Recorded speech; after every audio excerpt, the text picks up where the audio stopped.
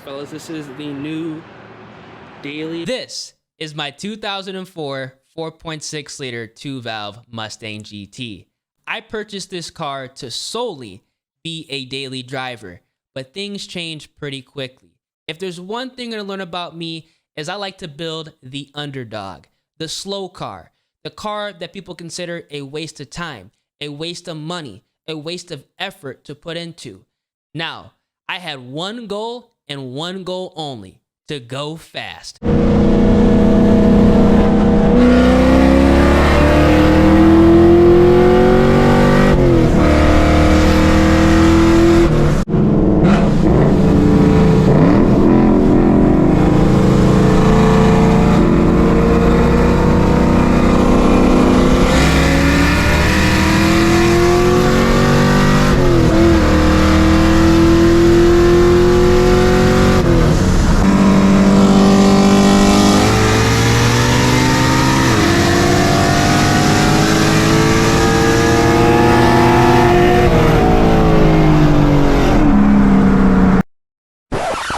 But obviously, things like that can't happen overnight. I still want to have some fun in NA, and at the end of the day, this was my first V8, so I had to go ahead and put a proper exhaust on the car. It's the day, man.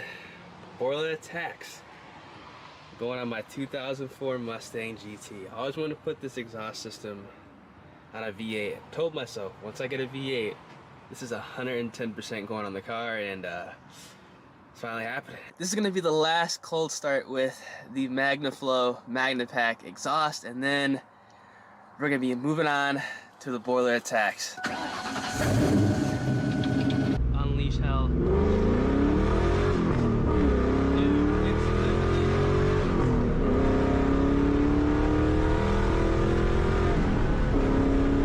Bro, popping every single shit.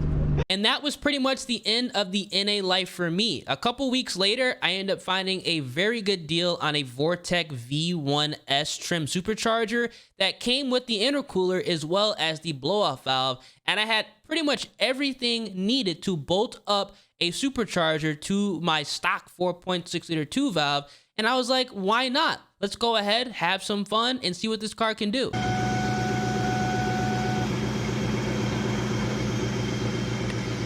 It's loud. Damn, it's loud. Oh my God.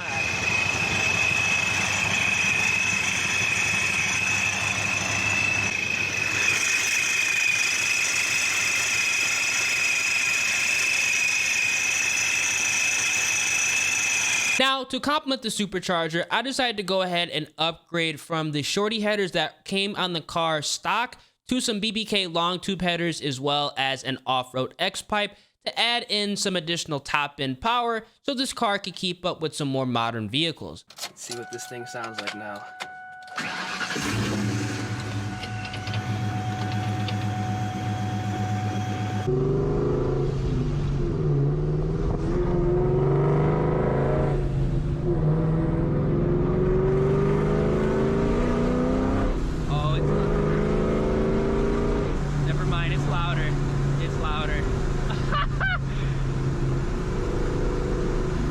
Never mind, it's louder. Okay.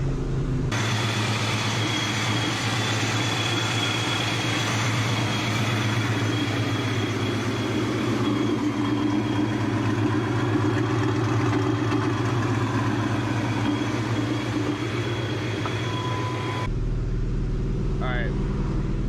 We're gonna do like a little test here. Right here. Oh yeah, you spun nasty. Yep. Now, at this point in time, I was really starting to dive into and figure out how to make a stock bottom end 4.6 liter 2-valve fast. The current tune I had on the car was putting down low 400 wheel horsepower, and I had the Vortech 2.87 pulley on. So if you know, you know. The numbers really weren't adding up. And I also had 410 gears on, so the car really wasn't set up for what I wanted to use it for. But at the end of the day, it still ran pretty hard. All right, here you go, man. Second gear, 35 2500.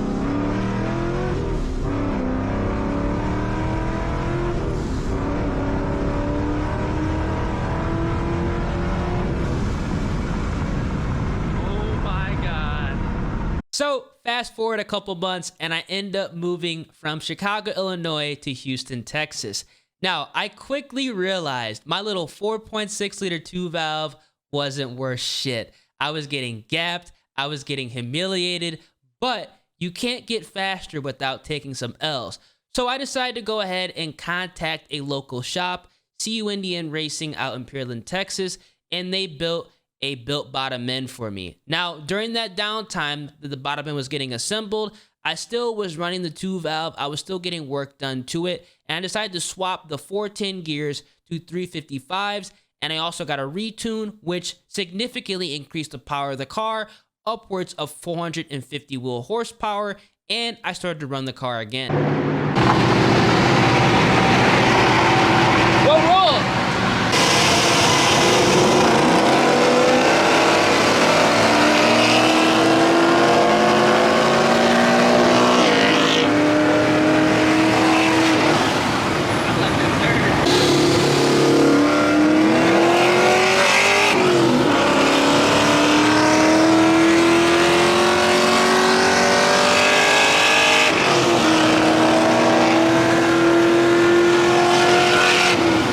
Now, after having my fun at Texas 2K, I still wanted to get more out of the stock bottom end 4.6 liter 2-valve.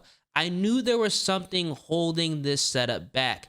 It was putting in work, don't get me wrong, but I knew there was something that was preventing this car from going to the next level, and that was the tire size. At this current time, I had a 28-inch tall Mickey Thompson ET Street SS. And if you guys know centrifugal superchargers, being at the right RPM is critical when trying to do a roll race. So I decided to go ahead and go down to a 26-inch tall tire, and everything started going in my favor.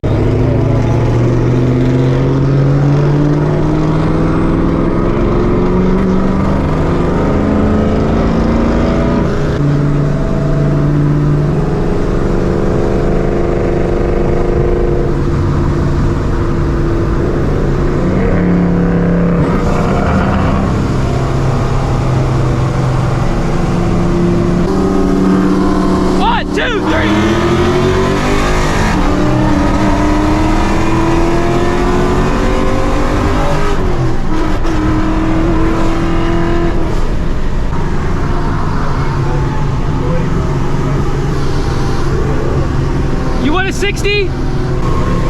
60! 60! 1, 2, 3!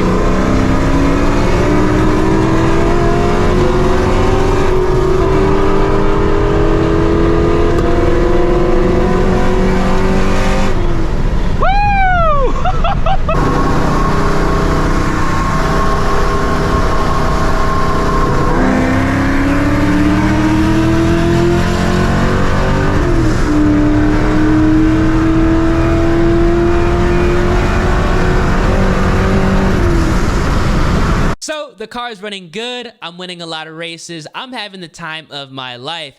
And I also start to meet a lot of cool people out in the Houston and Dallas area. And because of that, I started racing a lot more faster cars, started losing again, and had to go right back to the drawing board because you can't get faster without taking some L's. Did some weight reduction, pulleyed down the car even more to a Griptec 2.7-inch pulley. I honestly don't even know how much the car is making right now, but it's running pretty damn hard.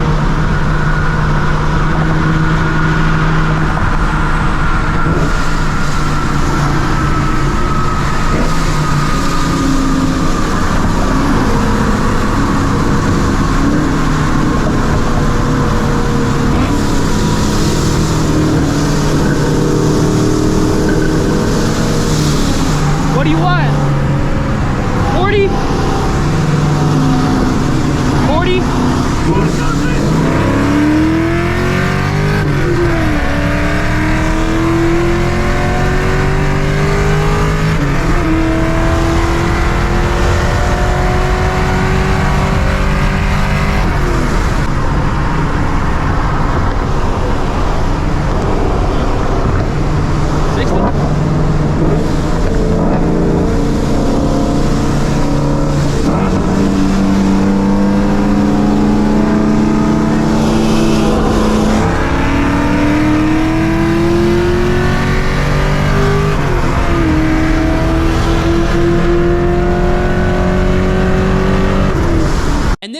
my 4.6 liter 2 valve stands right now. I'm really happy with it. I was able to check off all the boxes, accomplish everything I wanted to get done on the stock bottom end. I was even able to take out a manual Hellcat.